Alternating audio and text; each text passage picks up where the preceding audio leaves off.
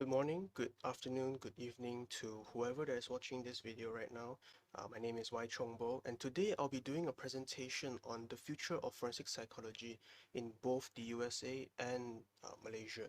Alright, so before I start, I'd like to just note that unlike other developed fields of psychology such as clinical psychology or educational psychology, forensic psychology is still in the process of growing, which leaves, the future of this field, quite questionable and frankly saying, where could it go, right? So that leads me to my topic today. You know, is there going to be a future for forensic psychology? All right, so is there a future for forensic psychology in the United States of America? And the answer is yes. A very confirmed yes. Why? Because currently, right now in the US, forensic psychology is one of the subfields of psychology that exists right there, right? Although it's still a growing field, even in the USA, many people are starting to actually ask the question, what is forensic psychology? There are people that are starting to have interest in what is forensic psychology. Now, the US Bureau of Statistics states that forensic psychology and other subfields of psychology will actually have a growth of percentage of 14% by the year 2026. That's 5 years from now.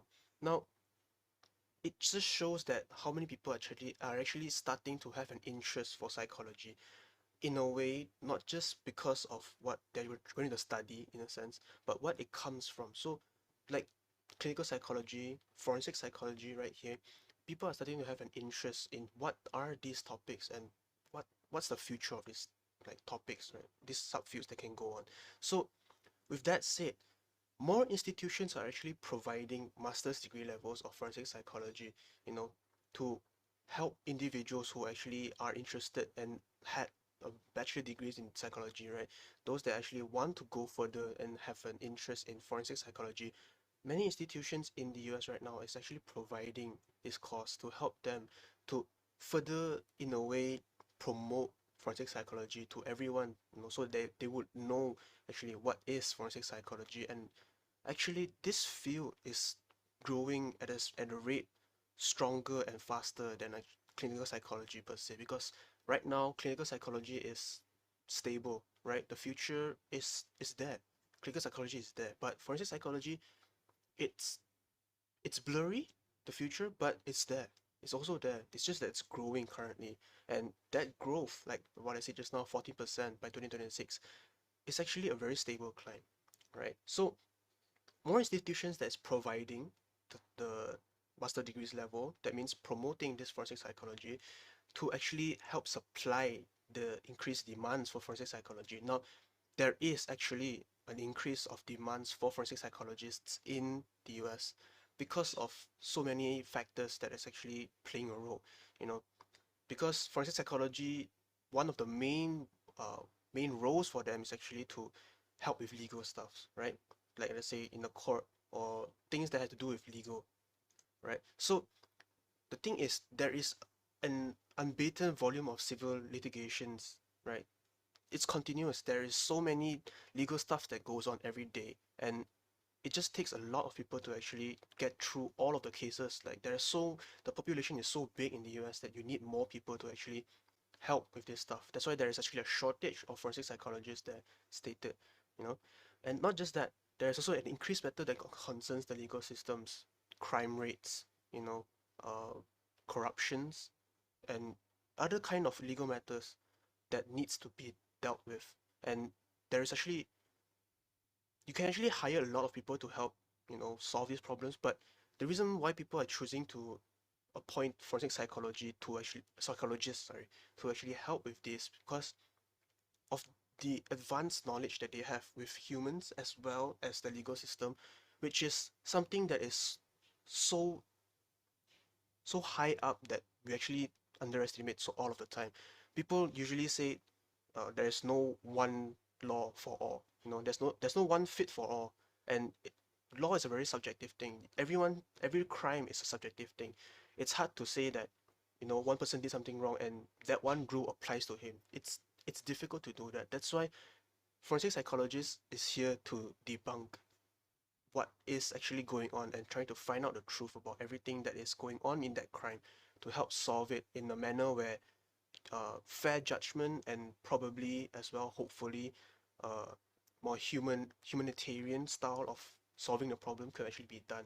That's why more and more people are actually trying to go towards forensic psychology's phase of saying that uh, this is the topic, this is the field that I actually want to help with my case.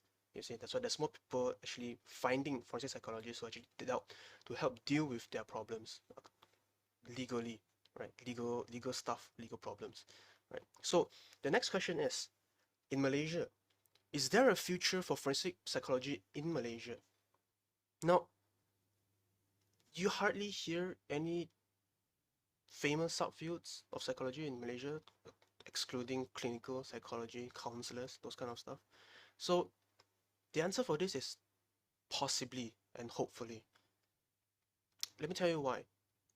Right now, as you might probably already know this, forensic psychology does not exist in Malaysia. There is no official licensed forensic psychologist that exists in Malaysia because this is a field that is yet to be established.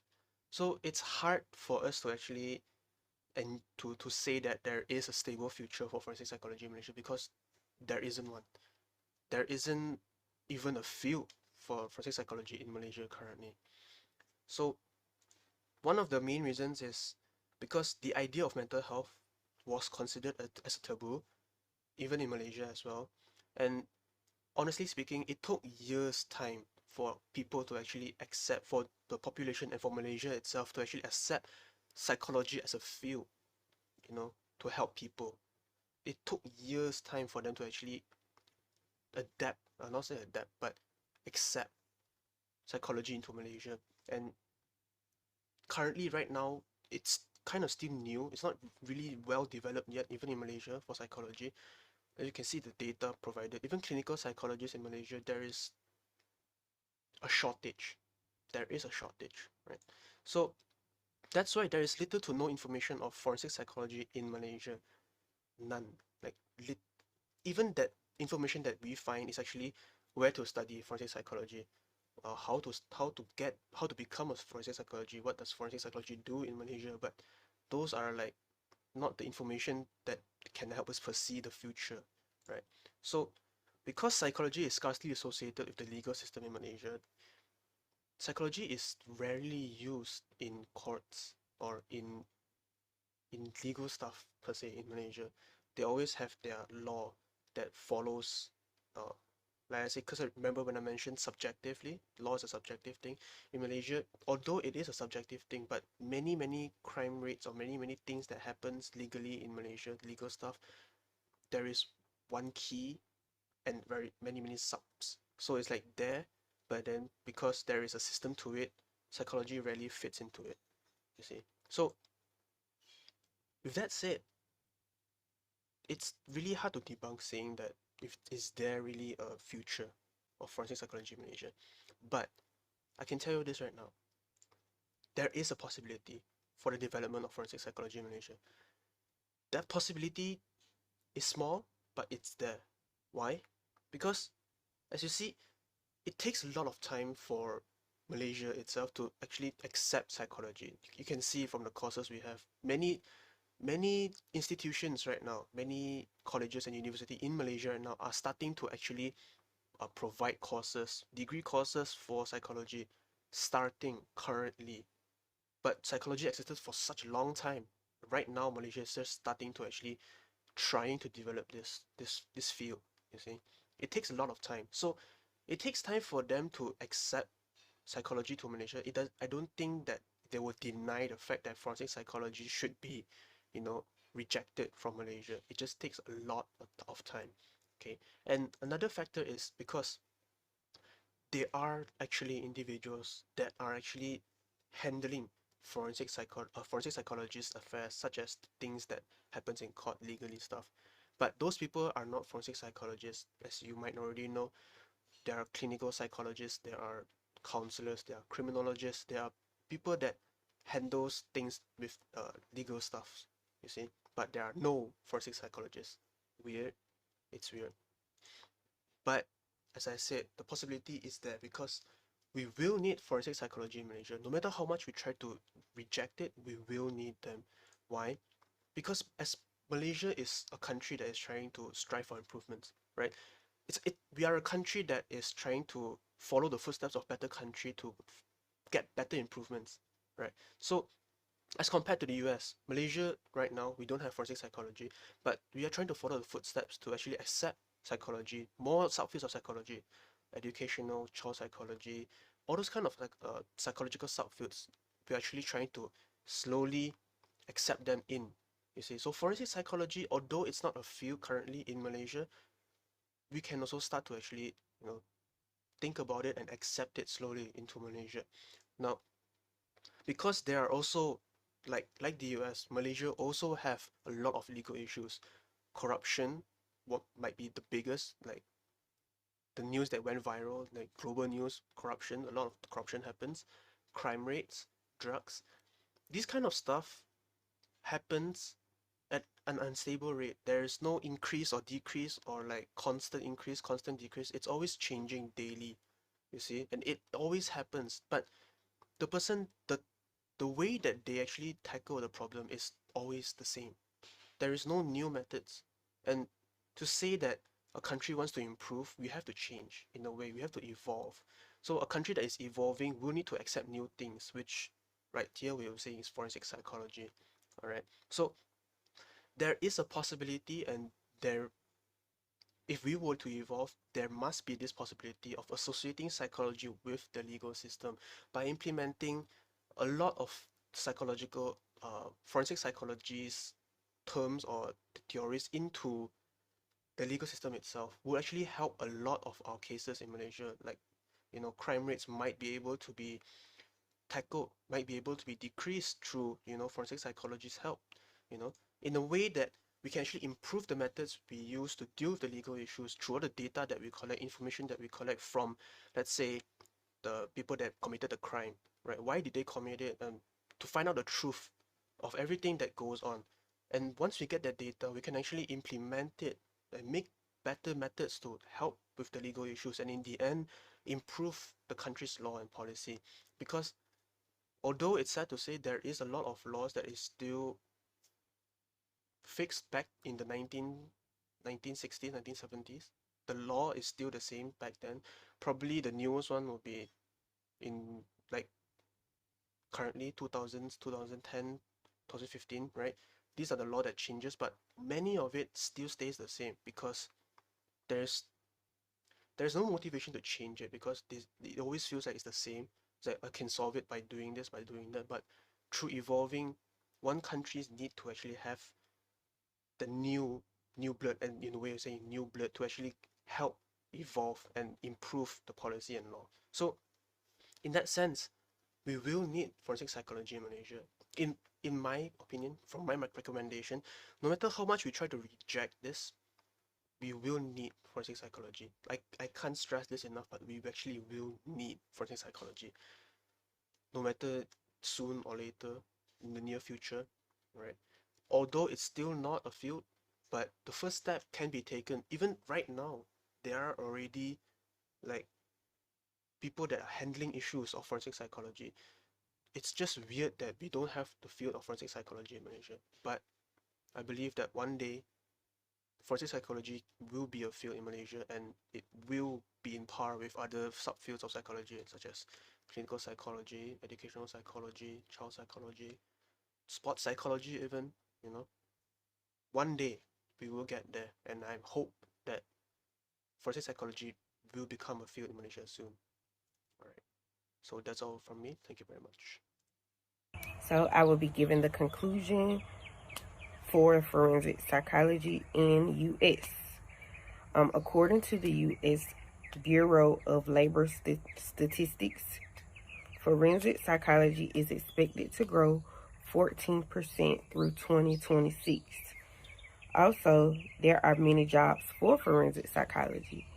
We have jury consultant, police consultant, probation officer, victim advocate, correction counselor, and federal government employee. While doing this project, I have learned so much about forensic psychology. I didn't know Malaysia didn't have any licensed forensic psychologists. The people who are doing their work there are criminologists, clinical psychologists, and prison counselors.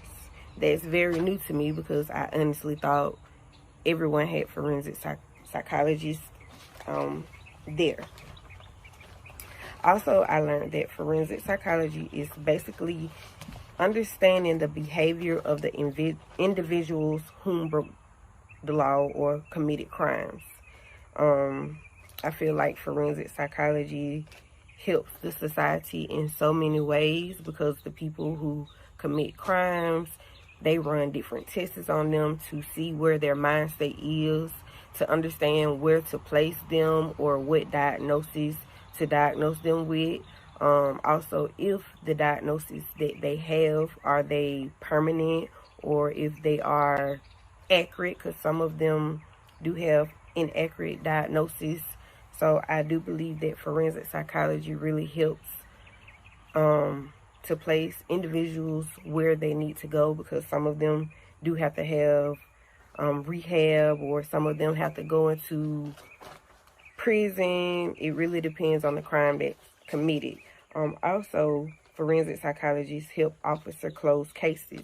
That's something very new to me also, because I did not know that forensic psychology helped them close case by narrowing down who have committed the crime by their background. I know this helps the cops out a whole lot by knowing exactly who committed crimes and who to take off the list. It was also a pleasure working with different individuals I never known or never met, coming from different backgrounds. It was very impressive being able to just use our phones or laptops just to get everything put together to make this project. Again, I have learned so much about forensic psychology, and everything that I'm learning in this course and within this group project, I'm sure that I will have or find a way to apply it to my future. Thank you for sharing all the information. Thank you for my fellow teammates. Thank you guys for watching our videos, and I learned a lot from you guys. I learned all the information from the US and how the forensic psychologists work, and how actually the criminologists and the clinical psychologists and also the prison counselor work together for a better life for them. And then I will be delightful to make the conclusion with summarizing all the points from Malaysia and also for the US. So first of all, like I can just share with us, the forensic psychology is related to with the legal system, and not only that, they also do research for related field. For related field, it's provided as the legal system, of course. So she has also introduced Mr. James, the first psychologist who combined law and psychology in research. His works can view as a foundation for forensic psychologists nowadays. So continuously, we have Marcus, Himara, Sultana, and also Bethany to introduce the psychological aspects of the jobs. Of course, the forensic psychologists in the US, and then in Malaysia, we have the three professionals, the clinical psychologists, the criminologists, and also the prison counselor. They compare the two countries with three major points, which are the potential burnout of the job, types of relation they use, and also the degree of reliance on eyewitnesses. Marcus is the first person to start talking about the content with telling the potential burnout of being a clinical psychologist, a criminologist, and also the prison counselor. He mentioned that each of the professionals are facing different kinds of challenges due to their responsibilities. The criminologist stresses and burnout are mainly coming from the culture, the beliefs, the laws, and also the language barrier. And the prison counselor has their stresses coming from the desire of helping the inmates to move from guilt and shame and to build a relationship due to stigma. Lastly, we have clinical psychologists. Different clinical psychologists has given different answer onto where their stress is coming from. The first is language barriers, similar to our criminologists, from Jamel, a clinical psychologist from Singapore. And the second statement is from The Star, a newspaper from our country, stated that there's insufficient of clinical psychologists in our country. And also, they also mentioned the overwhelming of workload. And in the US, Bethany has also mentioned in her presentation that the professionals, the clinical psychologists, has their burnout due to lower job satisfaction, emotional exhaustion, and increased thought to leave position. Continuously, we have Himara discuss the type of evaluation conducted by clinical psychologists, criminologists, and also as well our prison counselor. So the clinical psychologists conduct psychometrics assessment for the inmates, such as they are using DSS, the depression, anxiety, stress scale. And the criminologist responsible in conducting analysis on the crimes is to promote the conclusion or interpretation, often possible motive of a crime's behaviors, and also to check whether a suspect has a characteristic of criminals or an offenders. And they also conduct modus operandi. Lastly, the prison counselor is to manage the mental health of the prisons. They're in charge of planning development for staff members of their department, and their services also aim to help the inmates unravel their problems and overcome mental health concerns to improve quality of life. And Bethany has also discussed that forensic psychologists in the US are required to give evaluations to those involved in the legal system, and the main reasoning is to assess competence to stand trial. The last part of psychological aspect is the degree of reliance on eyewitness in both countries. So Sotana is responsible in tolling the point from our country, Malaysia. She explained that what is eyewitnesses testimony, and she mentioned that reliance on eyewitness in our country is low, since it is reliant on their memory and are more likely to make mistakes. She shared that Royal Malaysia Police, the RMP, is qualified as an expert eyewitness in Malaysia. The skills that require to be the expert eyewitness in Malaysia has to have the special skills, the knowledge, the experiences, the education, and also the training. They also need to have training to become an expert eyewitness. And Bethany told us that testimonies can be affected by many psychological factors, such as anxiety, stress, and reconstructive memory. And different from our country, from Malaysia, eyewitness testimony is important because of includes cognitive psychology and human memory. And the testimonies are usually taken in the country. Other than that, Bethany also shared an interesting study called Clifford and Scott study. This study reviewed another 21 studies and found that stress are related to testimonies. The results show that people who saw Tema Valentine remember fewer things than those with a less stressful attack. Continuously, we have Mufliha as the job prospects for prison counselor. She explained the job prospect for prison counselor, the criminologist, and the clinical psychologist.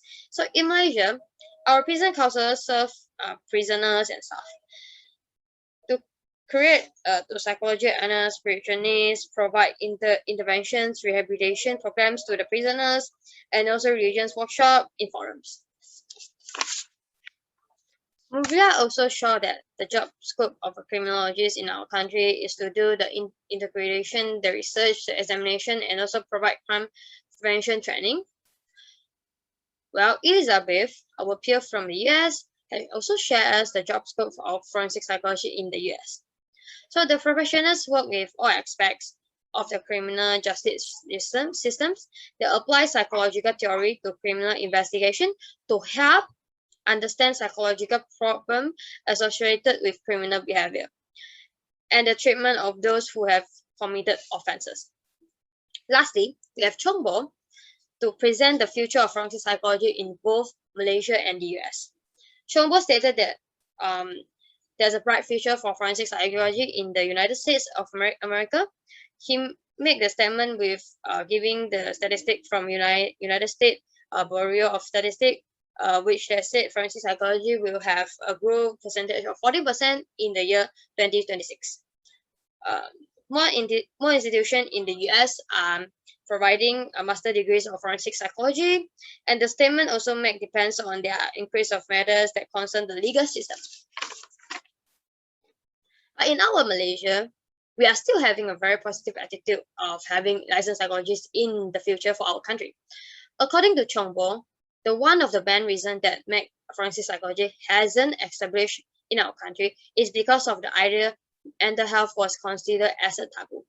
As a fun fact, in Malaysia, if you go and see a counselor or you visit a psychiatrist, you'll be automatically labeled as you have something wrong in your brain, you are psycho. But fortunately, we have managed to change this situation to a better. So we believe that in the future, we have forensic psychologists and more people value in the future. Although there are many factors that causes forensic psychology hasn't established in our country, we still have the chances for the development of forensic psychology. And even for the development of forensic psychology and the other branches, and even though we don't have licensed psychologists yet, but we still have people handling forensic psychological affairs in our country. So last but not least, I learned a lot that licensed forensic psychologists actually exist in the other country, but not in our country, which make the works a lot more for the other professions like the criminologist, the counselor, and also the clinic psychologist. So with a forensic psychologist, we can actually help a lot in not in the legal system, and also the as we know, we can help in the not in the legal system, also the prisoners. We can help with the testimonies. We need to learn a lot from the other country. Also, we are looking forward to have a brighter future for forensic psychologists in our country, because as I know, a lot of people around me interested in forensic psychologists, but because of job opportunities, they choose to take another field, another branch of psychology instead of staying in their dream, because they know in Malaysia we don't have forensic psychologists yet. But I believe that in the future, in the coming days, we will have one. And thank you guys for listening. Thank you for staying with me. And if you have any question, any inquiries, don't hesitate to contact me. I have listed my email in the introduction box, or I will list them again. You can feel free to leave me any comment, or feel free to give me an email. I'll reply as soon as possible. And I have put my references in the end of the slides. And I'll share our slides with you together as well. Thank you. Here's our references. Thank you guys.